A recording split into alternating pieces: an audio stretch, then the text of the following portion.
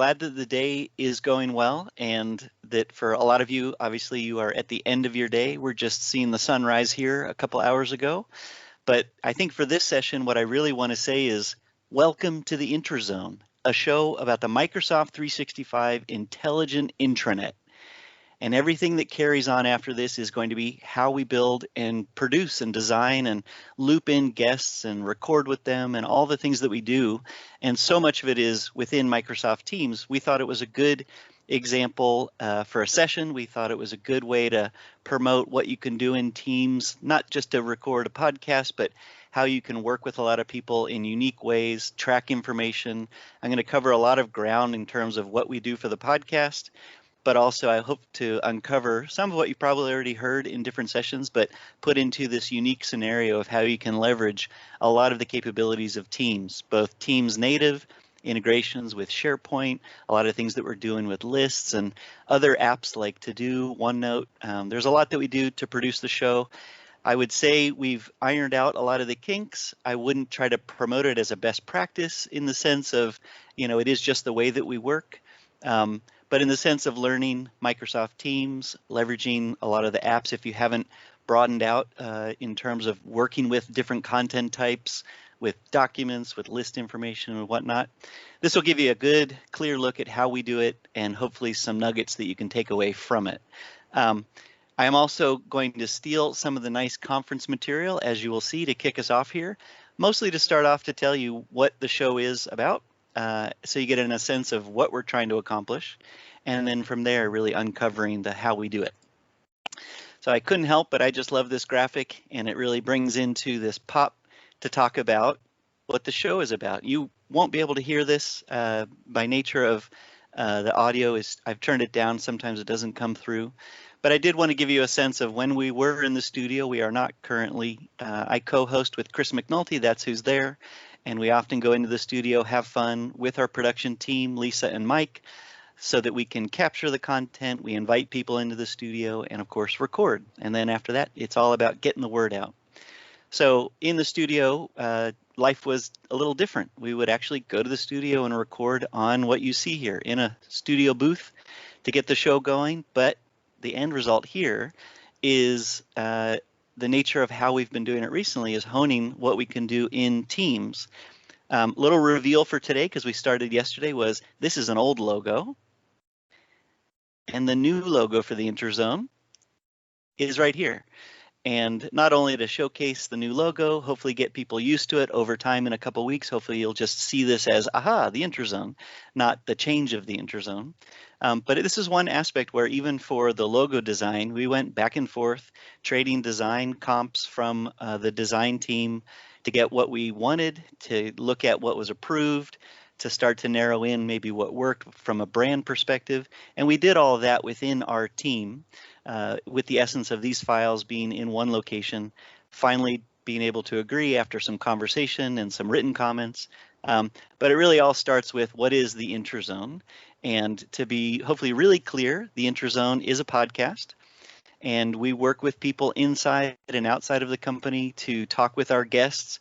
This is a nice array of people that we've talked to in the past, including in the bottom left, Peanut, who sometimes joins me even here in the home studio. She's now currently behind me. You can't see her with the graphic, but she also joined me in the studio. But the intent of the show is to create an ongoing dialogue with our community, with our customers, with our partners, sometimes having all of those people, different personas representing all of what people are doing with the intelligent intranet, and that can cover a pretty broad spectrum of technology, but it's pretty much covered in the heart of Microsoft 365 to showcase and share all that's going on. So I swear that will just be my last marketing pitch about the show. I hope you check it out, aka.ms/theintrazone. Subscribe, tell all your friends, know that a lot of content always coming out and very much trying to be on the pulse of what you're interested in. And sometimes that helps with your feedback. So don't hesitate to send that. So beyond that, what is the Intrazone and how do we produce it using Microsoft Teams? We did a lot in Teams pre-pandemic, so I don't want to put this all on now we're recording in a different way. But with the show, like any other project, we have a lot of things that we need to do. There may be the finished asset, the episode that's in your podcast feed that you listen to on your commute or your walk. But getting up to that point, very similar to how a lot of our presenters today built out their content with their deck, their demos, if they're co-presenting, working with their co-presenters, and getting the sense of what it is that they should be presenting based on feedback, based on common questions that are asked, maybe tackle those in your content. But just starting from the top and working the wheel around here just to highlight a few of the things, and then I will show you primarily beyond this point what all of this is in the context of teams. But we often require to be driven by the community, to be driven by what is it that people want to hear. And any decent podcast will have a good ear on what is the feedback, both what do we need to do shows on, what are some of the ways that we can learn to help the format of the show better. The earliest piece of feedback that we got through our survey tool was it's too long. I want to listen to it in one commute. Now that's a little different, but we got the feedback that it was just too long. There are a lot of long shows out there that are truly a long form dialogue. Ours was really hovering around a little bit of an open conversation or an interview with one or two individuals, and then a wrap up with some news and events. And with that, our threshold was really looking at that 35 to 45 minutes. So we got that loud and clear through surveying, and that was helpful for us to refine the show as best we can to get it down to something that was a lot more digestible. With FAQs, we collect those everywhere, and we put those both in a place that we can review them and a place where others can learn about the show. Some of this is internal, so a lot of people who want to know about being a guest on the show or doing another podcast, a lot of times we are sort of a peer to other podcasts that they have questions. So we have a place where people can go to consume the common questions. We also work with the production team, and if they have logistical or tactical questions. But everything we do goes out through a blog, everything goes through social, and we work with all those teams to make sure that the blog is ready, both in authoring it and publishing it. Social to make sure if these are higher engagement type episodes or timed episodes, that we're working with them on what the tweets are, that they get approved and all of that. We always track metrics. We get a lot of those per week, per month, and we review them. Nice thing about podcasts is they're evergreen, so a lot of times our metrics will grow on individual episodes, and they spike at various times. And of course, they spike on day one, but sometimes even a month or two later, there's a relevant event or another blog that we get included in, and it's really nice to track those to see how we're getting additional mileage with creating these assets. I showed you the logo. That all goes through a common review and approval, really trying to keep it so that the versions that we get back from the designers are maintained. We can always reference them. We can comment in the document and all of that. We do a hefty amount of advertising through other shows. We don't have a huge advertising budget, but we do work with other shows to provide them finished assets. Some of it is a script. Sometimes we hand them, like the video that I showed you, if they want to play that at the head or in the middle. And all the while, some of that is also contractual. So we're maintaining what those contracts are and who we're working with, and maybe when those contracts end if we want to renew or move on to a different opportunity. We always have transcripts. This internally helps us build out awareness for the show. So externally, certainly it's absolutely a requirement to have a transcript for a show. Makes for great search. Internally, it also turns out that a lot of people can find out about the show when they're looking for certain topics. And we've covered a lot. We have now over 100 shows that we've done. And those are all available, both internal and external.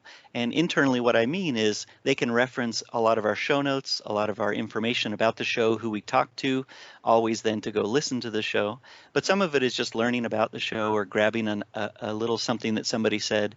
And those transcripts become part of the knowledge base here at Microsoft and in the public world, obviously, through the web. When it comes to publishing, we've got a unique cadence.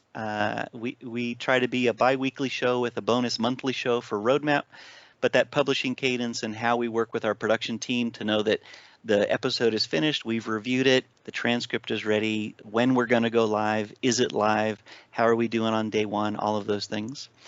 Some of where I'll spend a lot of time are these last two, building out the discussion outlines and getting approval with the guests that here's what we're going to cover. We try not to make it a script per se. We like to have a casual conversation, but with some structure so that it's at least decently thought out, but at the same time not locking people into certain phrases or certain sentences, even though they may script themselves on their end if that's useful. But we have those and we work with them in a co-authoring fashion. And then when it comes to scheduling, that is 100% these days Microsoft Teams. And I wanted to drain this so that hopefully some of the demo and what I'll show you with what we're doing inside of Teams lands in the context of a podcast. How do you design and build a podcast? In the early phases, a lot of it was getting approval for the name, getting the logo, getting a structure of what the show is going to be about and who we're going to talk to. And then it's all about production, production, production, production. And again, relating to a lot of the sessions that you've attended, some of you might have presented, preparing for a presentation has a lot of these similar capabilities. So think in terms of working with PowerPoints and working with others, meeting with them in a prep meeting, those kinds of things. So I hope that gives you a good sense of what we do. To start to translate a little bit into then what does the technology look like on the back end? If you take the Intrazone as the end result, the parts and pieces that we leverage heavily are coming from Teams. There's, of course, a list integration in Teams where we track and manage all of the different shows, past and into the future. And I'll show you what that looks like in our tracker. SharePoint, of course, is the back end to a lot of what we do in how we present internally. If somebody has a question, what is the Intrazone? I might send them a short phrase, but I then will send them a link to go learn more from our team site, or if they really want a fun tour, I'll show you what I did with a SharePoint space for the Intrazone. And then everything that we do from notes is what we chose to do was in OneNote, because you can flip from one episode to the next very quickly. Our sister show, the Sync Up show with Ankita and Jason, they do a lot of their discussion outlines in Word. But again, whatever way works best, where you like to work, there's a lot of opportunity. But as I'll show you, we try to do everything in Teams. And for the show, it really is contained within one Microsoft Teams team called the Intrazone. I have one marketing slide that I think will just answer a couple questions that might come up as you see some of the choices that we made for the show, and then we'll get on with the demo. And you may have seen this slide before when we talk about Microsoft lists. A common question that we get are not only what are lists, but how do they work in the context of this broader portfolio of Microsoft 365? And so first we try to tailor the conversation into collaborative work management, and that's what you see represented here. And when it comes to the Intrazone, right up until that last mile, everything we do is a one-to-one, one-to-few collaborative scenario. So we all have our own tasks. We are a team of about 3 or 4 on any given show. The 2 hosts, our executive producer, and our editor. Beyond that, it's all about the guests. And a lot of the work that we do with them might be in an email, hey, we'd love to have you on the show to do X or Y. Some of it might be more assigned tasks in how people get to do certain things. For a lot of the recurring team, we don't necessarily work with tasks as heavily anymore because we've refined what each of us need to do per episode, and so far haven't argued too much about that. But tasks are certainly alongside, and I'll show you what I do in Microsoft To Do, purely to keep my head on my shoulders because sometimes there's just a lot going on and want to make sure that we not only remember what show or start chasing certain guests, but that per each episode, there are certain things that we do once they're live that I just want to make sure get done per each episode. Of course, with documents, we work a lot on a variety of documents. I've already described a number of what we do with transcripts, with the discussion outlines, and some of what we do contractually with our advertisers. Really brings us into lists. We've got a tracker list. I will show you another one that the broader Microsoft Studios team manages across all Microsoft shows. And it's a wonderful list for me because it's a great list to be able to demo. I'll just show you it in the context of there's a lot of shows for Microsoft, and we're really trying to optimize not just the exact process on how you create it, but everybody needs to go through brand. We can't not do that. Everybody needs to go through a legal review for name and description and content target. And a lot of that can be up-leveled in a list or, of course, in a document, or, like I mentioned, my use of SharePoint Spaces, which is really that kind of last upper left area where everything that we do, of course, is intended to be collaborative and open in the context of not blocking people getting work done, But there is a notion, of course, of being able to share in the context of your own regulations of your company, your own governance plans, your own whatever you might have in place. None of this will break any of that, again, until that last mile where the intention is for a lot of podcasts to have a public asset, or like people today presenting, to have a public demo and presentation. For us, a lot of the work that we do, I will show you, but it's meant to be internal. It's not super secret like other projects in Microsoft, but it is contained within Microsoft 365 and even more so within our own Microsoft tenant, all of which you have the same capabilities to be able to accomplish. But again, the security aspects of it, nothing that I'm going to show you breaks or goes beyond that. We really do try to contain the production of the show inside, and when we're ready to share, then we expose that and publish it out. So with that, enough with the slides, and let us see it in action. And kind of fun because this entire demo is just going to be within Teams, which I think is kind of a nice meta point. We are already in Teams, so we will stay here, and I will try to hide this so you can see a little bit more screen real estate. And I just want to check to make sure that we are on track here and not miss anything major as far as you can hear me, you can see the screen, and I haven't just been talking to myself for 15 minutes. So with that context of what is the show and some of what we're trying to accomplish and some of the parts and pieces, let me walk you through all of what we do inside of Teams. I just put in this last discussion thread. I will scroll up and show you a little bit of how we use chat. Chat obviously is an easy way to @mention somebody, to post. Like you see here, our producer Lisa oftentimes lets us know when we're going to be on different shows, at what episode, what point in time is that advertisement going to run.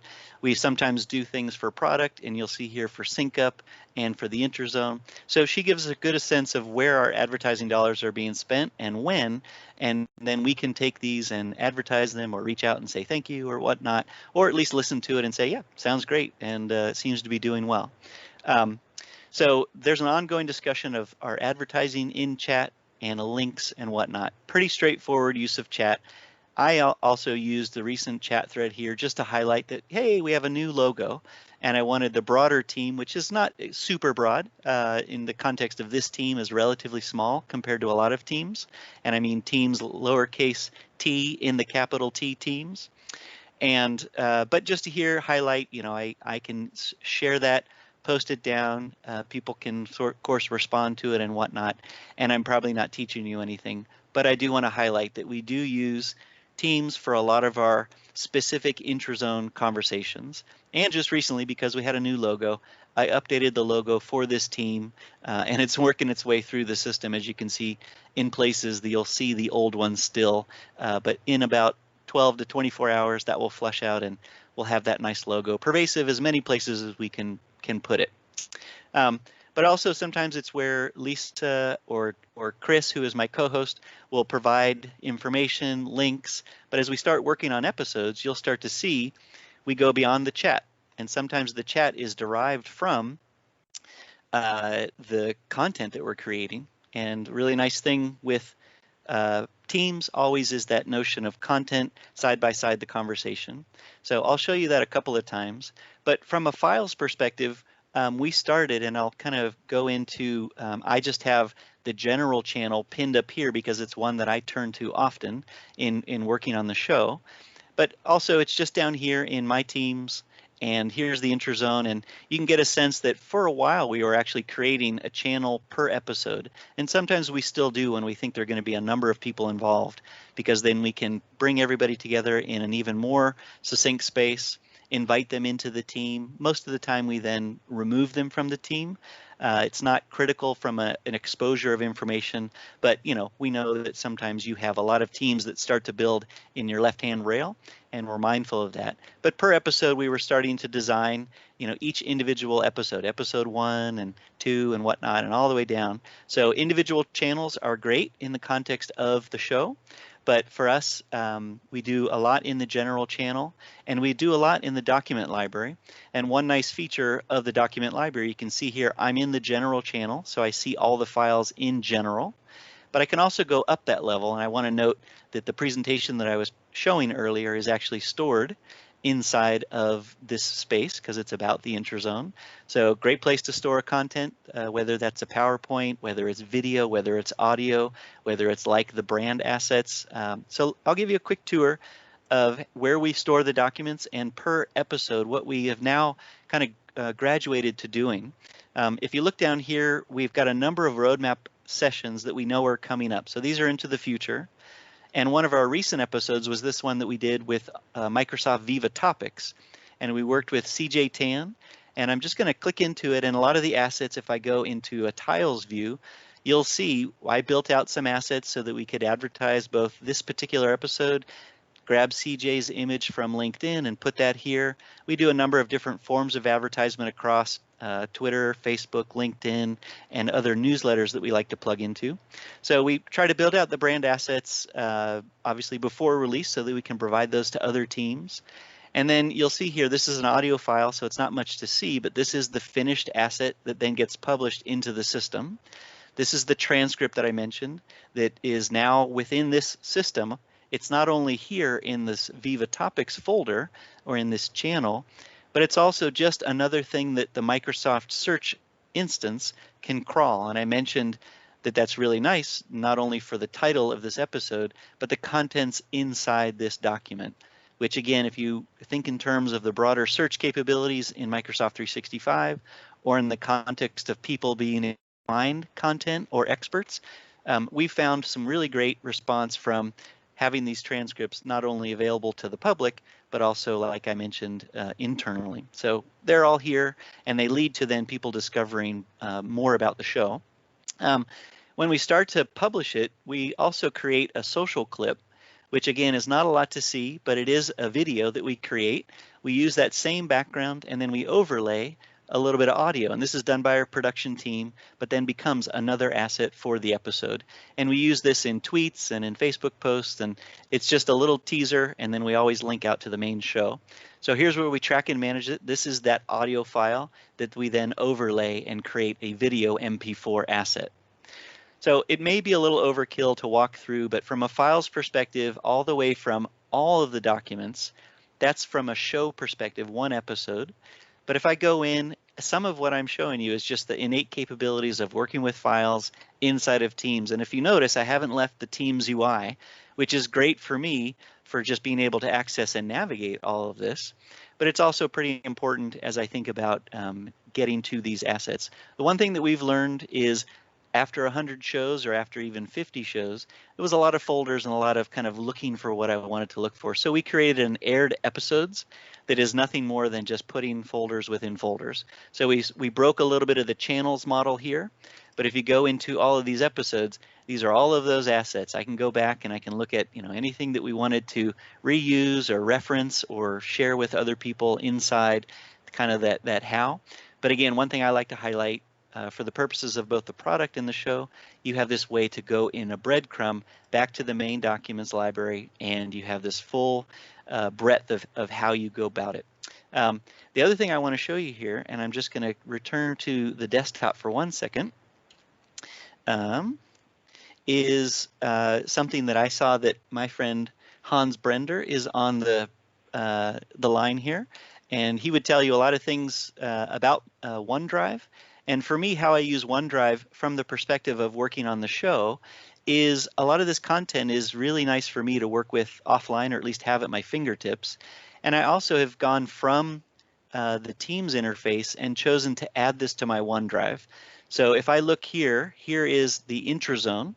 And if I click into it, now that I've shown you a few folders from the UI inside Teams, I also sync everything for the Intrazone, and I encourage both Chris and Lisa to do this. They were probably already doing it, but it gives you a nice sense of being able to take this content offline, or when you work with it, it'll work with it more locally.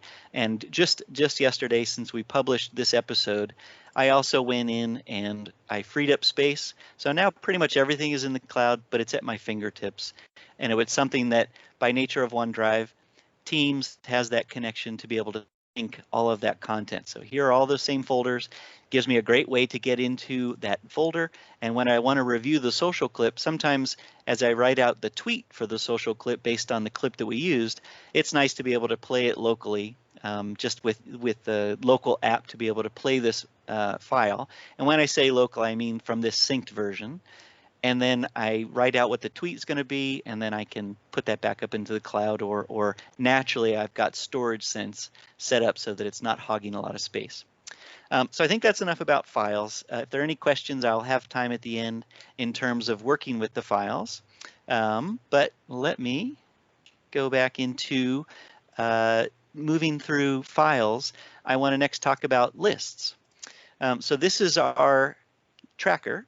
And this is everything. If you were to be internal or working with us, sometimes I will send you an individual link to show what those different show notes are, or the discussion outline, or even just to see what the title is and if they like it or don't like it.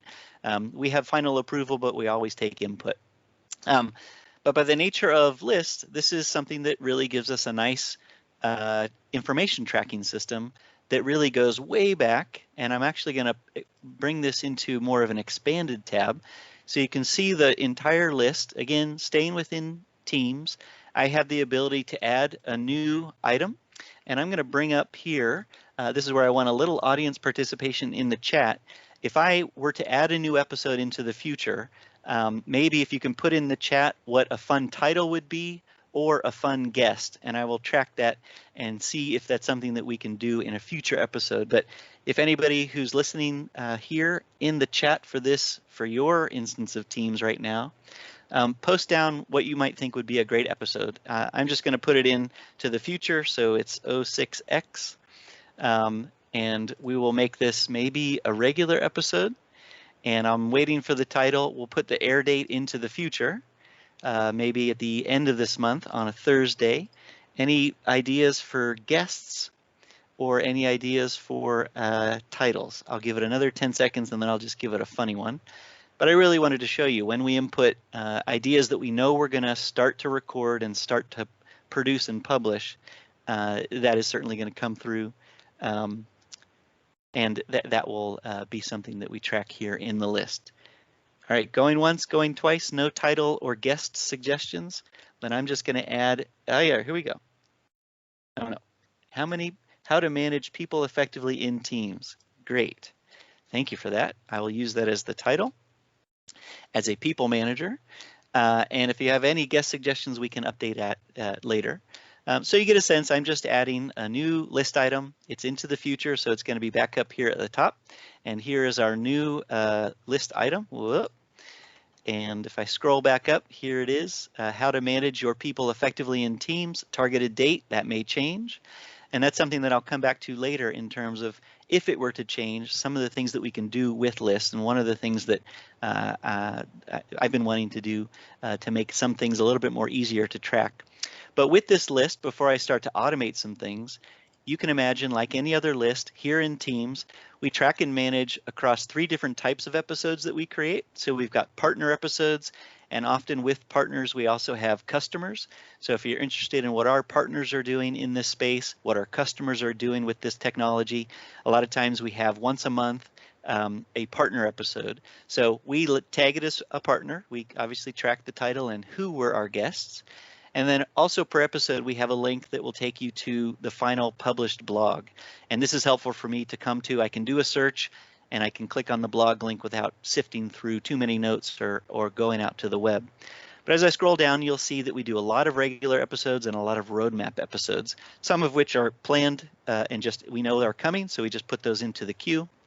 But everything that's green is basically has been aired. Anything yellow is upcoming in the future, and as we plan and start to think about, well, it looks like we need to start planning our next partner episode, and I can see that just by navigating in.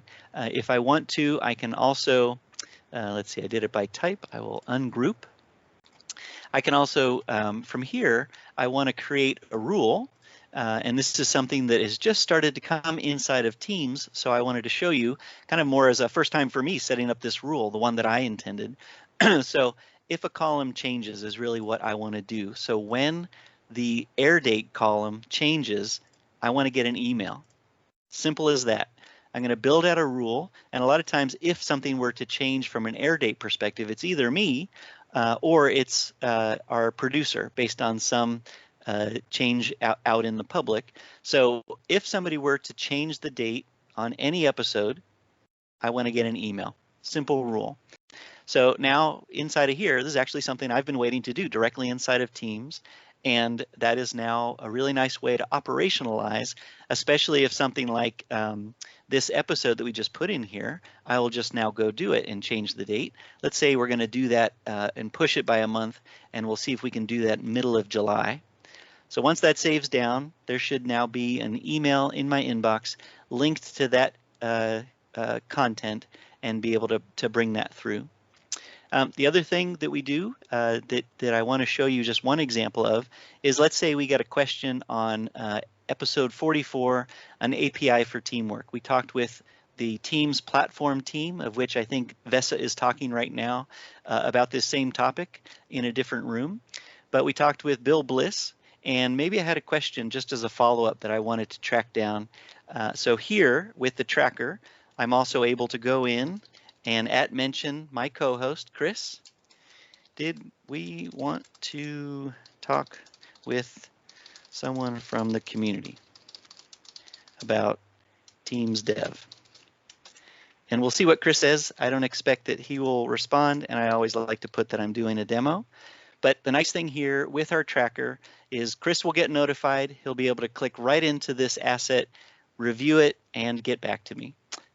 So it's a little bit of a what can lists do in Teams, but it's also a real scenario where if I have a question about a specific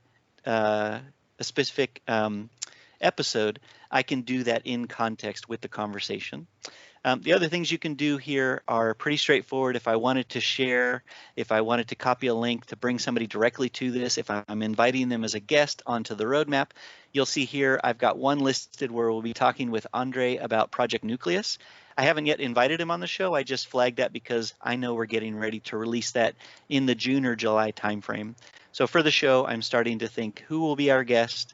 And then once I start to actually get real in scheduling them or actually starting to produce what we're going to cover that month, I'll reach out to them.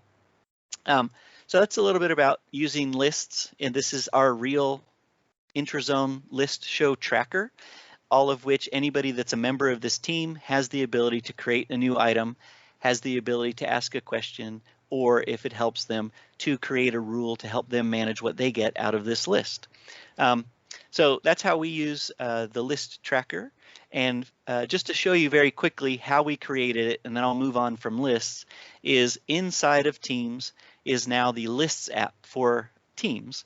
And it's like any other app. You go into the plus sign to add a new tab, click on Lists. And in this particular instance, I'm just going to show you right up until what it is that I did, because I've already walked you through the kind of the end result. But if you go in and I want to create a new list, I worked off of the template that was our content scheduler.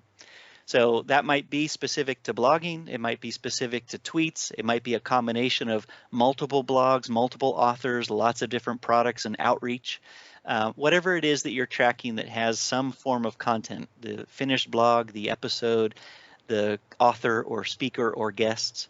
I worked off of this. I trimmed it a little bit because truly we didn't need to track everything in one list. We've got another list that we do for tweets that was just useful to have that be a little bit more segmented. But anyway, when I click into it before I actually commit to it, you'll get a sense of what it is that I started with and how I then refined off of that. So just so you know, beyond how we use it for the show, this is where I got started to originally create the list.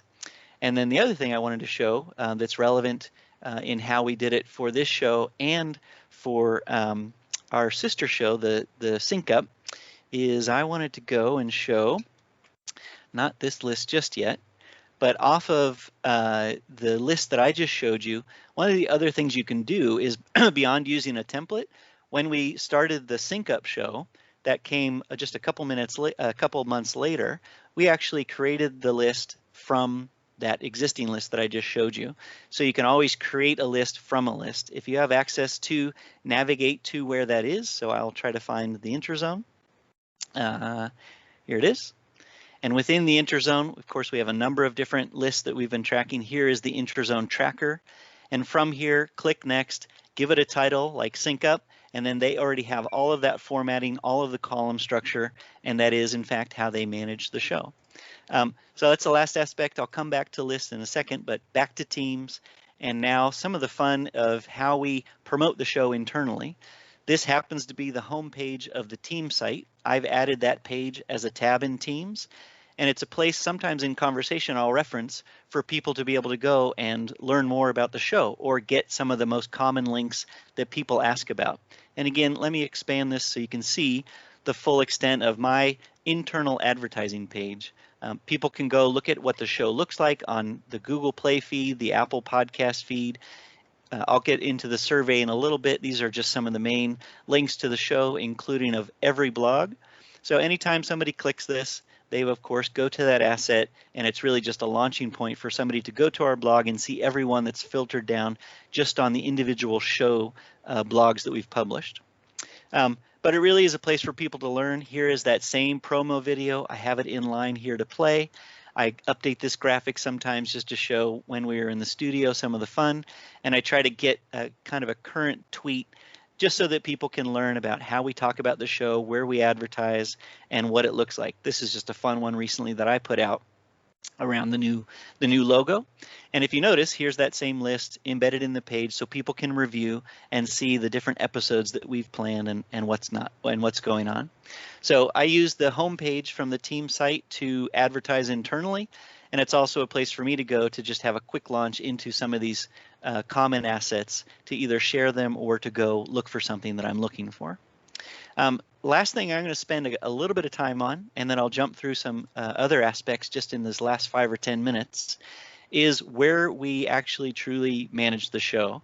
And this is a OneNote that's in this space. In the connected SharePoint team site is the actual notebook that I leverage a lot inside of Teams. It's just taking a little bit to load here, and then you'll start to see the structure of how we track each show. But if you go into this SharePoint podcast notebook that was created before we actually had a name, and then I updated the team. But per episode, we obviously come out with finished links, all the blogs, all the episode pages. If I want to share these, if I want a reference on how we advertised it, I always save the first tweet link. So this might be a little bit of overkill, but it just helps to be able to go copy, paste, and share. Per each episode, and I'll show you most recently the one that I was referencing where we worked with CJ, some of which you'll see here, we kind of script out that intro. We wanted to remind ourselves that this was the first time the logo that was getting updated, so we had a little conversation around the logo. And oftentimes this is where, love us or hate us, this is all we do. Mark and Chris chat for a while. And sometimes we have specific things that we want to call out, so we highlight here, make notes, and share these back and forth as we prepare. We always send in advance the discussion outline. So with CJ, we sent her this, minus some of the notes that we took during that time frame. And then we have common events and a common outro that we read through. And of course, like any other episode, we do this sometimes a number of times. It all is going to get edited. And if something gets redone, we just note so that we can edit that out in the finished asset. But I hope you get a good sense of this is a really nice use of OneNote. It is something that I can flip through very easily to grab things that I need, to copy paste for tweets, to reference other people and how we do things. And it's also where we keep notes so that if we want to keep track of other things that we have coming up, we have this asset for content planning, and where we take all of the input from people through surveys, through internal suggestions, and we have a lot of things that we track, some that we've done, some that we're working on, shows in the future. Some of them are expanded notes that we then bring into production. So hopefully you get a sense of, we use OneNote. This is where SyncUp team uses Word pretty heavily on each of their episodes. Instead of being a new page in a OneNote, they do it as a new asset in a Word stored in a common file, so that they have all of their episode notes in a particular folder. So we use OneNote heavily. It is the default notebook attached to this team. And here's where it'll get kind of fun. I thought it would be fun, and it so far has proven out to be a really nice way to engage people internally. This is, of course, an internal SharePoint space that I created. Again, fun to see it in an expanded way. But this is where I send people, sometimes within Teams, sometimes directly to SharePoint because it's an easy link to share, to go and learn more about the show. So I've structured this so that people can review that same video. They can see who are the co-hosts. This is using the people web part, highlighting, and I just updated this with the new logo. We have a couple of assets that people can learn about the show. This is just kind of a subset of a couple of shows blended together as a Twitter asset. Here is again Peanut, who was a great cheerleader when we had her in the studio. But you're going to get a sense this is an asset where I really leverage this as a calling card for people to learn about the Intrazone, even up to the point of that one slide that I showed you here off in the distance, to get a sense of the different guests that we had. Spaces is a really great place to be able to promote and send people to. And if you get a little glance ahead, and you might have seen it already, one of the new features that we're working on to be able to do inside of Teams is to be able to edit pages. And I'm going to leave that as a little teaser with a lot more to share about that. But now it is truly a place where I can go not only to point people to, but update as I need. And in fact, that's what I did here, all in Teams, to update the logo because we just put that out publicly. Two things that are just to show you a little bit more about what we do with the show. I mentioned a survey that we have. Usually we promote this as a link on Twitter, Facebook, LinkedIn at given times at the end of an event, just so that people can tell us a little bit more about the show. And you can even see I need to update the form, but it is a Microsoft form. And I just wanted to show you what the form looked like. But this is our way of leveraging the technology, and the information when it gets submitted gets put into this team as an updated part of the connected Excel file that this then goes to, of which we pick and choose from, review all of the submissions, of course, on a weekly basis, so we can see what people are doing, where they're coming from, what their job title is, standard survey type thing.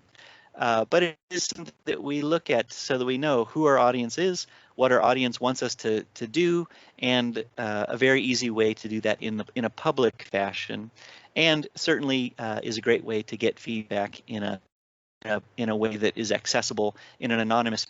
I had mentioned that we have that link, aka.ms/the Intrazone. If you go to that, and I'll put a link in the show notes if you want to check out our show page, that's what this is. And I just have it as a tab if people want to see what is the Intrazone like in the public. And as I scroll, here is that latest episode. It's clickable and playable.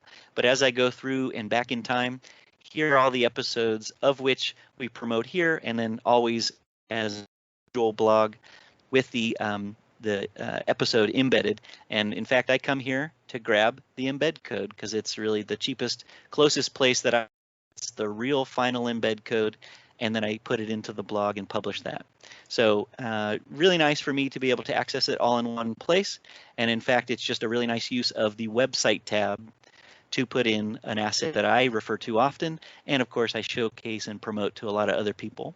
I had mentioned that other Microsoft shows, and I want to just take a second and show you what that looks like. That we have a public page at aka.ms/Microsoft/podcast.